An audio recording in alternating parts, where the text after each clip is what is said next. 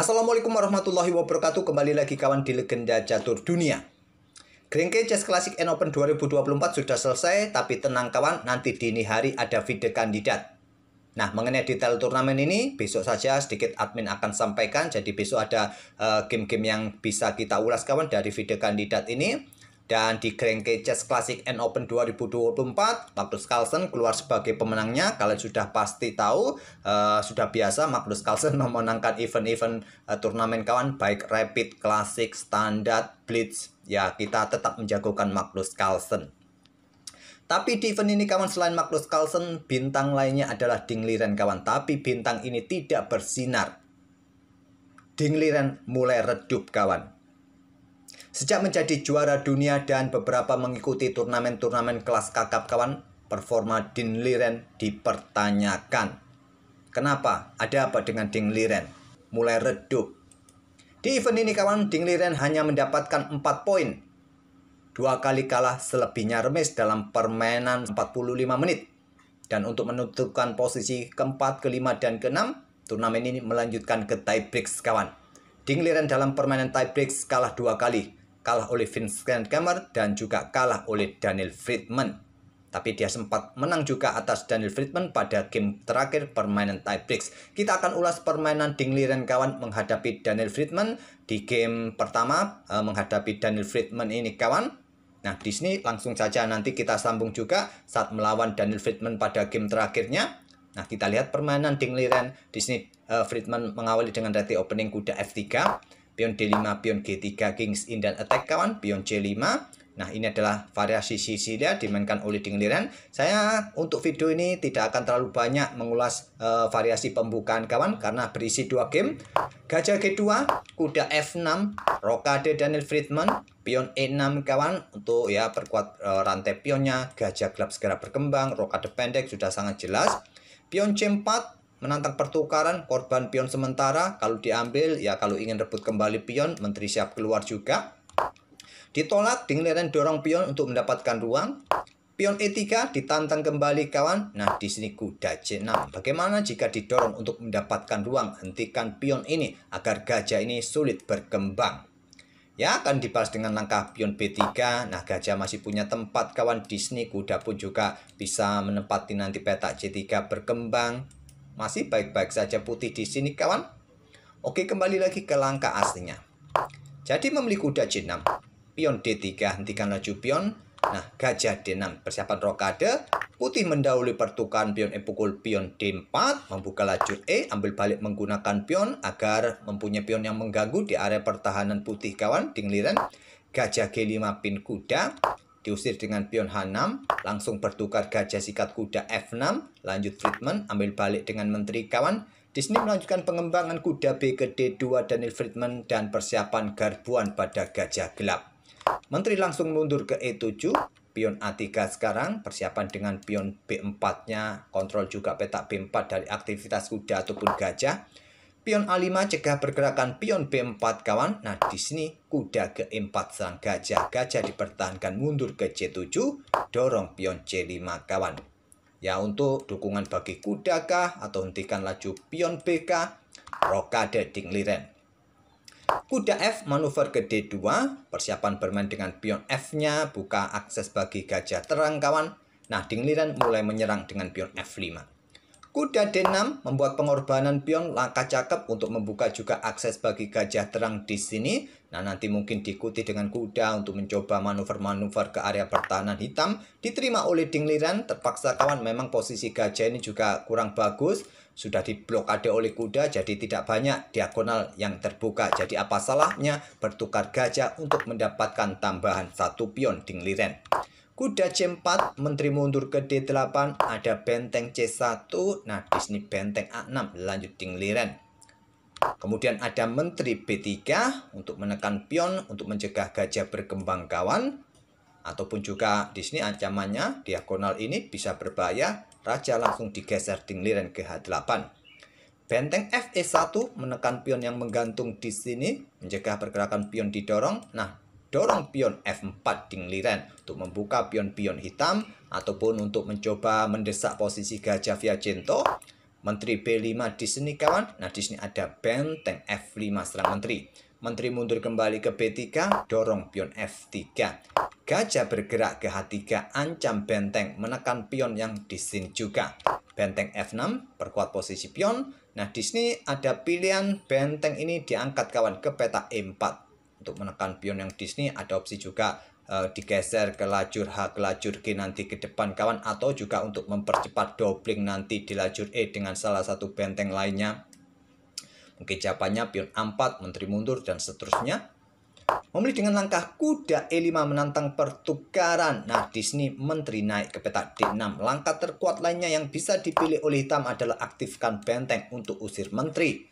Agar menteri juga tidak memberikan dukungan bagi gajah kawan ataupun benteng menyerang pion yang di sini. Mungkin menteri ini akan bergerak ke peta A4. Nah, bisa kalian rebut pion yang di sini. Kalaupun menteri ini mundur kawan ke peta C2 untuk mempertahankan pion di sini, ada gajah berkembang ke peta D7 terlebih dahulu atau membuat langkah menunggu dengan raja bergerak ke H7.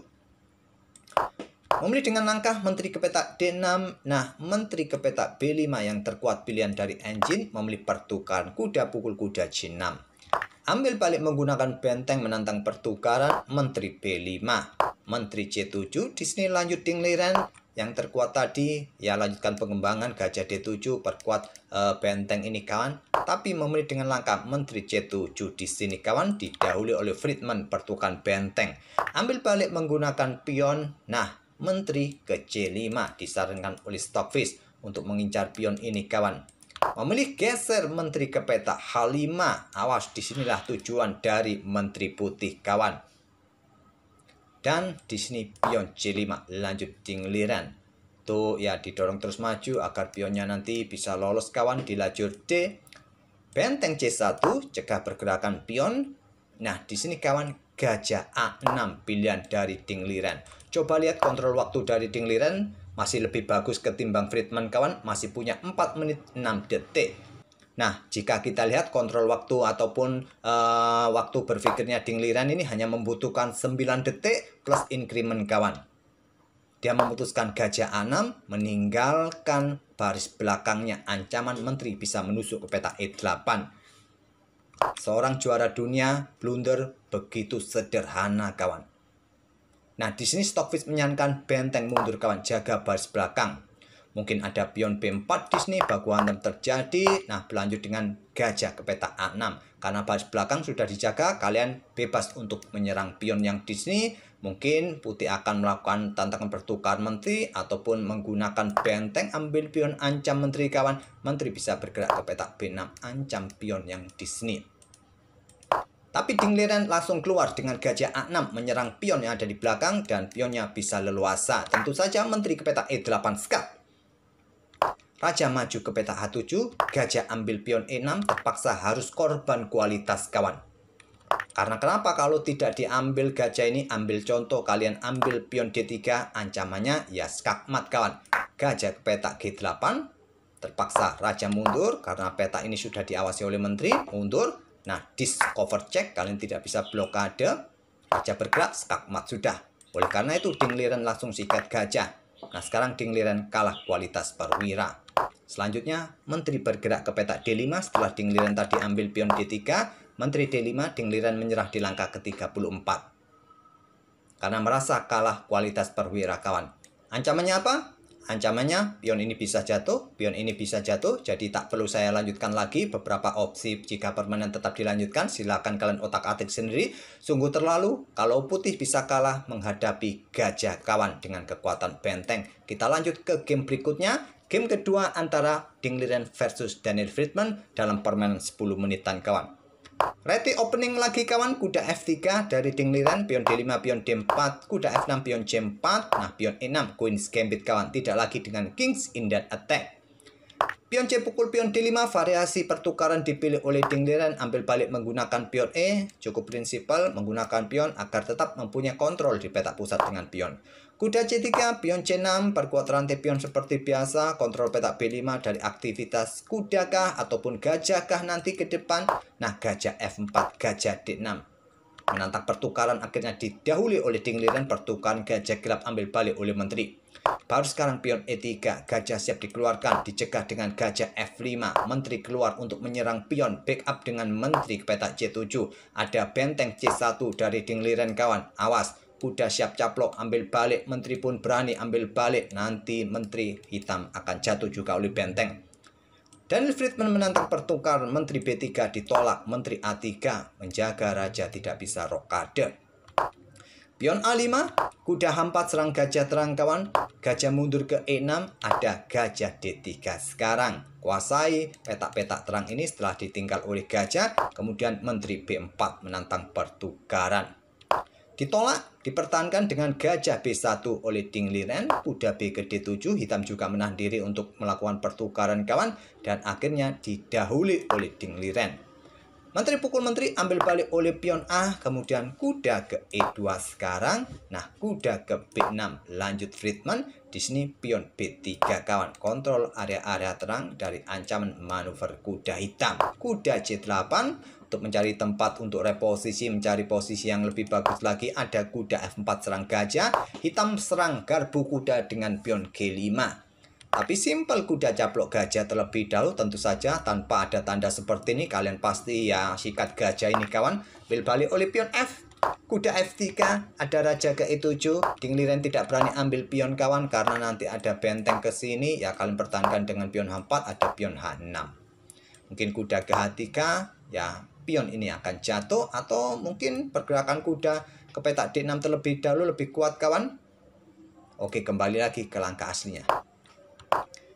Kuda ke petak E5 pilihan dari dingliran, benteng A6. Kalau Stockfish menyarankan kuda sesegera mungkin diaktifkan kembali kawan. Tapi memilih dengan benteng A6, kuda D3, ancam pion, persiapan ke sini juga ancam pion di sini. Benteng B6, kuda C5. Kalau Stockfish menyukai dengan pion G4 kawan, untuk menyerahkan satu pion untuk membuka lajur G kawan. Tapi memilih dengan langkah kuda C5. Ada kuda D6 sekarang, gajah D3, lanjut dingliran, kuda ke B5, persiapan menuju peta A3K, peta C3K nanti. Di sini langsung dicaplok oleh dingliran, serahkan gajah terangnya, ambil oleh benteng. Kemudian kuda ke D3. Manuver kembali kawan, reposisi untuk mencari tempat yang lebih bagus. Memilih raja naik kawan untuk koneksikan dua bentengnya. Benteng A8 serang pion. Benteng naik ke petak C2 kawan, untuk jaga pionnya jelas. Nah, pion B6 sekarang usir kuda. Kenapa tidak langsung saja ke sini kawan, untuk menyerang pion yang di sini? Masih ada benteng satunya bisa keluar juga. Tapi memilih usir kuda. Kuda ke petak A4, blokade lajur A kawan. Tidak disukai oleh Stockfish, petak D3 tadi, petak terkuat bagi kuda untuk tetap menekan pion yang di sini kawan. Tapi memilih petak A4. Sekarang pion C5, giliran Friedman mulai bongkar permainan sisi menteri. Pion G4 masih pilihan terkuat menurut engine kawan, tapi memilih membuka permainan dengan pion D pukul pion C5. Pion B ambil balik pion C5. Nah, di sini kawan, kuda caplok pion C5, langkah kesalahan dari dingliran, blunder. Pilihan terbaiknya sekarang bermain dengan pion F saja, pion F3.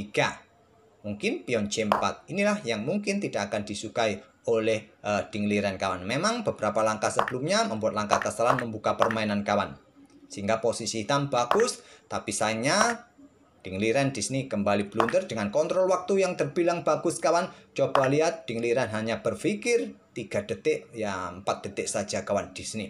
Dingliran bermain sangat terburu-buru dengan kontrol waktu yang bagus, tidak memanfaatkan kontrol waktunya. Tapi sayangnya Friedman juga melewatkan langkah kemenangannya. Langkah kemenangannya adalah sikat kuda saja kawan. Ambil oleh benteng, kalian mendapatkan pion di peta A2 skak. Yang terkuat raja ke D3. Tapi kalau kalian memilih ke peta F3 untuk menjaga pion ini kawan, maka pion G4 skak. Raja ke sini skak garbuan kawan. Raja ke sini, pion jatuh juga, dan nanti bergerak ke sini juga. Kalau ke sini skak mat 2 langkah berikutnya kawan, nanti diikuti benteng ke sini skak mat. Kalau raja ke sini ya skak garbuan, benteng jatuh, hitam menang. Jadi saat ada benteng ambil kuda, ambil balik, benteng ambil pion, bergerak ke sini, diikuti kuda ini bergerak ke peta E4, serang benteng, mungkin benteng menantang pertukaran, maka kuda ambil pion F2 skak. Kalian mau kemana lagi kawan di sini? Tentu benteng ambil kuda. Nah, kalian menang kawan. Dengan permainan endgame seperti ini kawan, putih sudah tidak bisa diharapkan lagi. Hitam akan menang. Oke, kembali lagi ke langkah aslinya kawan. Tapi Raja D6 pilihan Friedman melewatkan langkah kemenangannya. Benteng HC1 perkuat posisi kuda. Benteng A7. Ada pion F3 sekarang. Kontrol ruang-ruang terang ini. Nah, pion H5. Kuda A4 sekarang. Kemudian ada benteng A6. Benteng C8. Dingliran mulai menusuk lewat belakang. Pion G4. Benteng 1 ke C2. Di sini ada pion H4. Nah, kuda kembali ke C5 kawan. Benteng A7, kuda D3. Di sini ada pion H3, diterima baru sekarang kawan.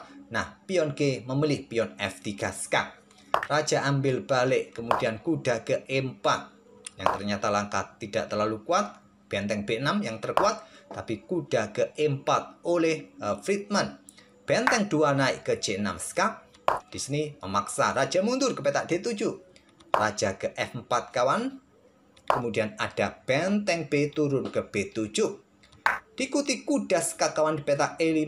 Memaksa raja bergerak ke E7. Benteng G8 lanjut dingliran. Ada kuda mundur ke peta F6.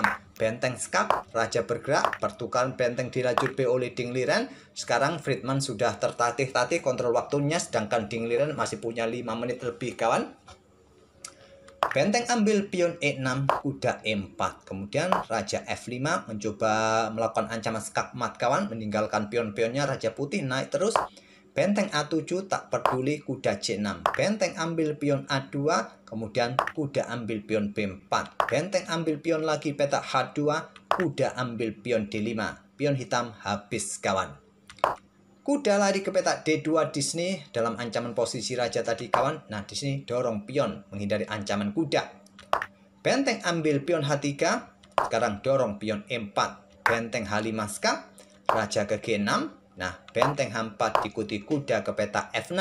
Di sini Daniel Friedman menyerah. Ancamannya skakmat kawan, tidak tertolong lagi ancaman skakmat di peta F8. Kecuali kalian korban benteng mungkin untuk memperpanjang permainan, silahkan kawan. Nah, raja bergerak ke F7, terserah kalian geser benteng kemana, kalian tetap menang. Itulah kawan game tiebreaks dari Dingliren kawan di event Grenke Chess Classic and Open. Dingliren mengakhiri turnamen finish di posisi kelima dari 6 pemain yang ada kawan. Ada apa dengan Dingliren ini?